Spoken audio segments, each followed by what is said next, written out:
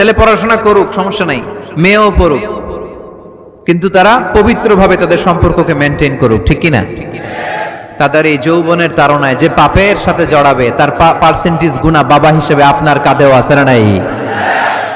এজন্য বাবারা সাবধান, মায়েরা সাবধান, বিয়েটাকে সহজ করেন। এই এলাকার যুব সংঘ যারা আছো, তোমরা একটা ক্যাম্পেইন করবা এই মাহফিলের পরে, টাইমলি ম্যারেজ ক্যাম্পেইন।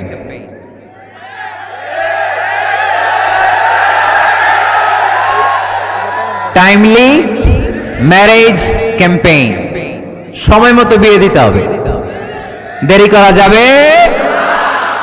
বাপ মা বুঝে না, একজনকে হুজুর আব্বাই বুঝে না। গার্ডিয়ান যারা আছেন একটু সদয় হন।